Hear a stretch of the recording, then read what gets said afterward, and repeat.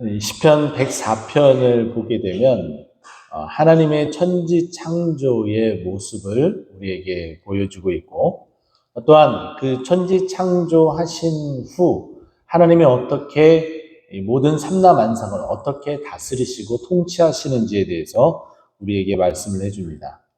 우리가 읽은 이 본문 외에 이 뒤쪽에서 보더라도 19절 말씀 보면은 여호와께서 달로 절기를 정하시며 해는 그 지는 때를 알도다라고 이야기하며, 하나님께서 창조하신 그 모든 것들이 각각이 다 정해진 어떤 위치에서 정해진 일을 다 해 나가는데, 그것이 하나님의 다스리심이고 하나님의 통치하심이다라는 것을 우리에게 알려주고 있고, 또 대부분의 이 내용들은 물건이든지 아니면 뭐 생물, 뭐 여러 가지 어떤 것들을 우리에게 다 설명을 한다 할지라도 그것이 이제 사람에 대한 것이라 할지라도 다 관계 가운데에 우리가 일상생활에 느끼고 있는 모든 되어지는 어떤 그와 같은 그런 모든 것들은 다 하나님이 창조하시고 다스리시고 섭리하신다라는 내용을 가지고 있습니다.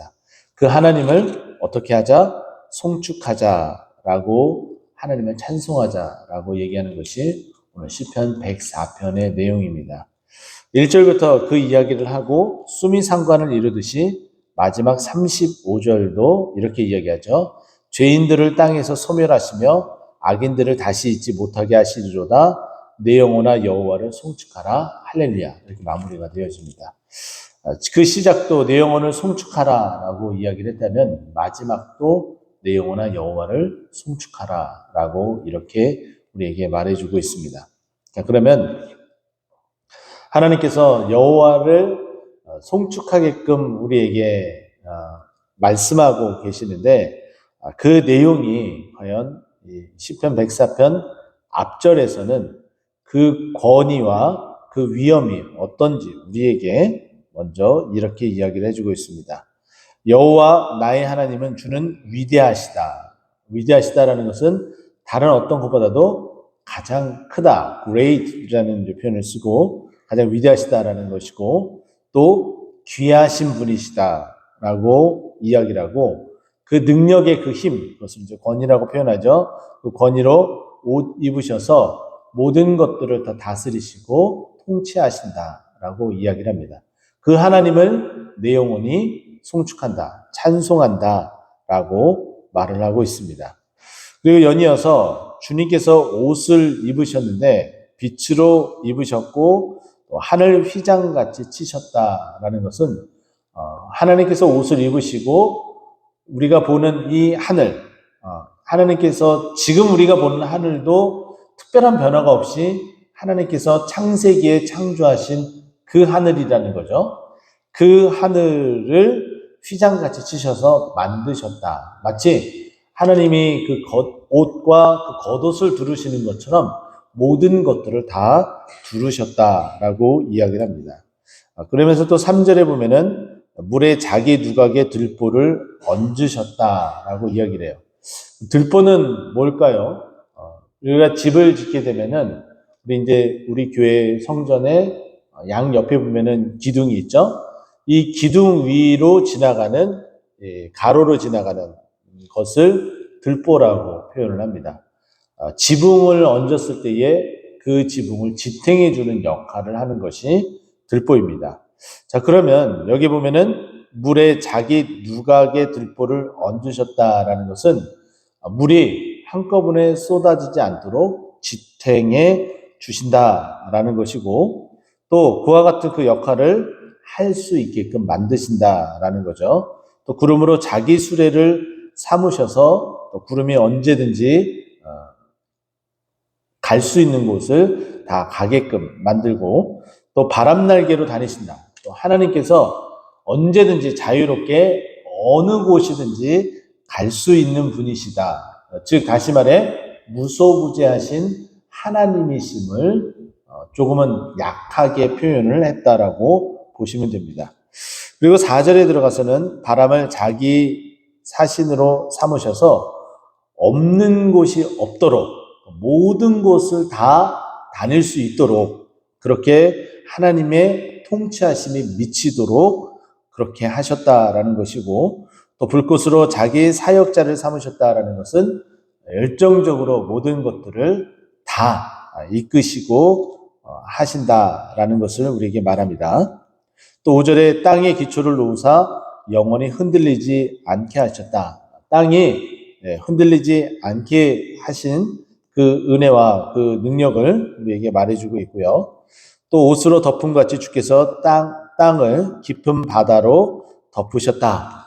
모든 것을 다 땅으로 만드시고, 우리가 창세기를 우리가 기억한다면 하늘 위에 궁창, 그러니까 궁창 위에 물을 두시고 궁창 아래 물을 두셨다라고 이야기를 하는데, 하나님이 이제 땅을 만드시고 그 땅 위에 물을 덮으셨다라고 표현을 해주고 있습니다.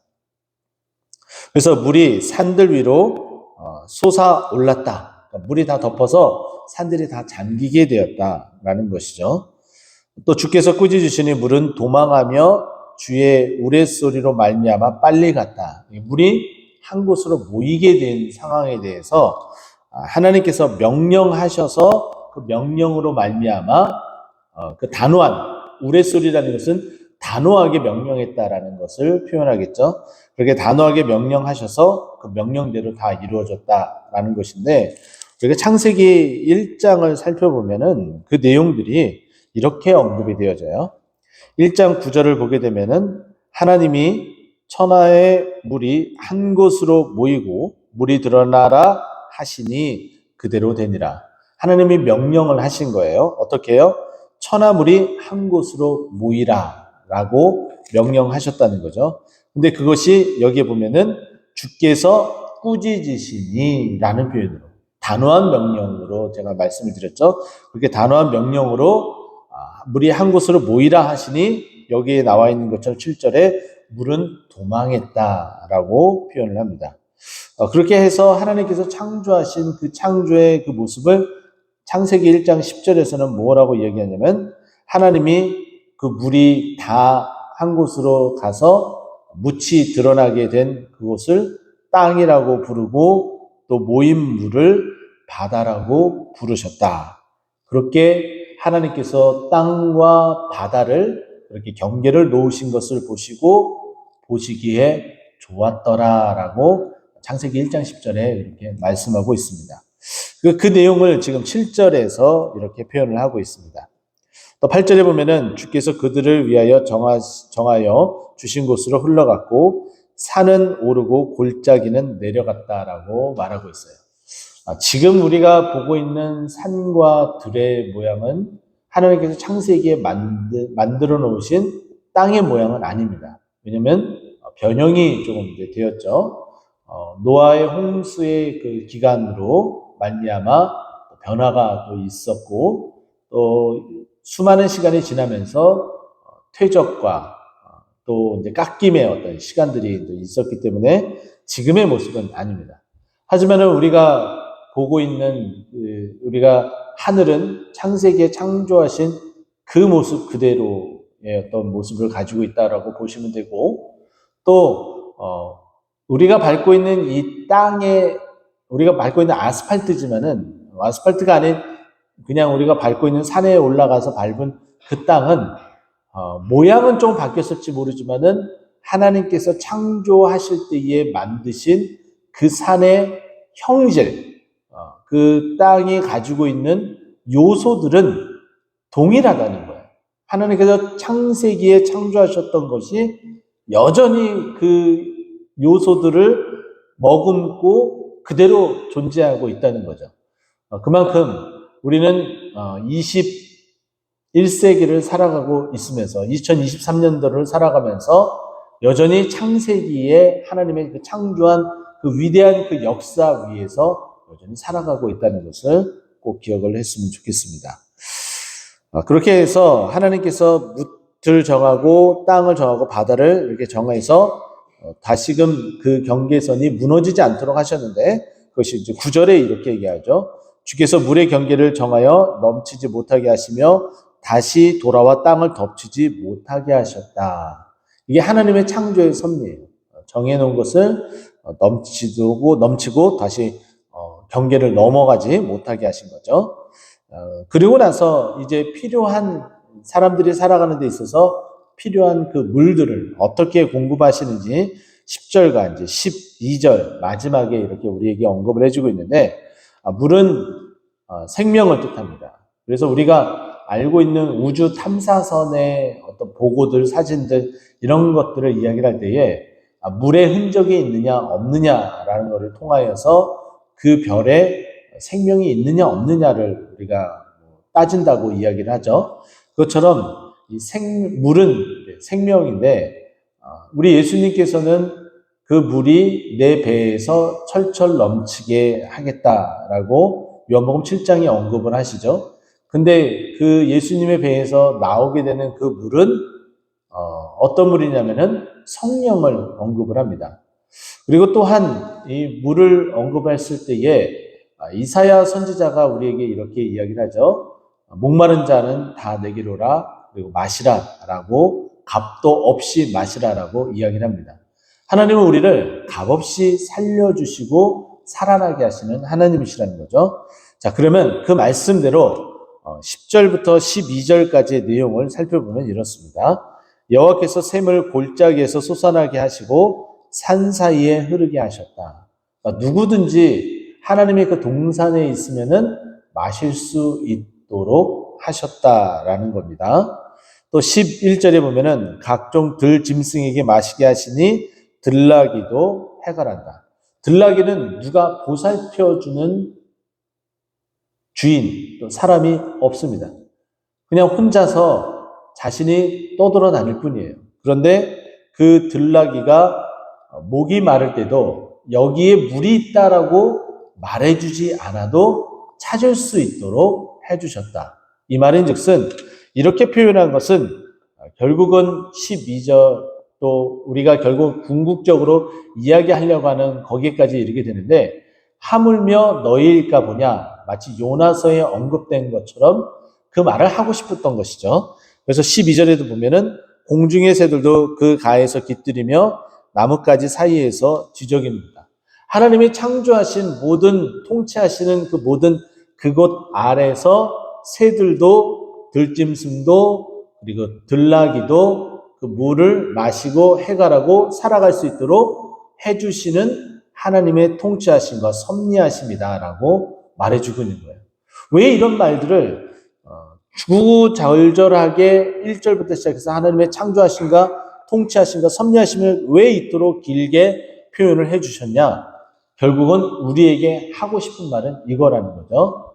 이렇게 창조하시고 섭리하시고 다스리시는 하나님이 이렇게 모든 것들을 하는데 나의 형상으로 만든 너희일까 보냐라는 거예요. 내가 너희를 어떻게 섬세하게 너희와 함께 거하며 너희를 먹이시고 입히실지에 대해서 너희를 한번 생각해 봐라. 너희가 먹고 그리고 자고 또 입고 살아가는 그 모든 것, 그거 내가 세상 창조하는 것보다 더 섬세하고 더 자세하게, 그리고 나의 권능으로 내가 이렇게 너희를 입히시고 살리시고 너와 동행하는 나 여호와란다 라고 말씀하고 싶은 거예요. 이렇게 우리를 통치하시며 다스리시며 우리를 살아가게 하시는 그 하나님을 시편 기자는 하나님을 이렇게 찬송하자, 송축하자라고 말씀하고 있습니다. 오늘 하루를 살아갈 때 내가 사는 것은 내가 사는 것이 아니라 내 안에 그리스도께서 사는 것임을 분명히 기억하고, 하나님의 세상을 창조하시고 다스리시고 섭리하시는 그 섭리가 오늘도 여전히 나에게 미쳐져 내가 그 주님의 인도하심에 따라 오늘 하루를 살아가게 된다는 것을 믿고 의지하며 주님을 찬송하는 오늘 하루가 되기를, 그리고 우리 인생이 되기를 간절히 축원드립니다. 기도하겠습니다.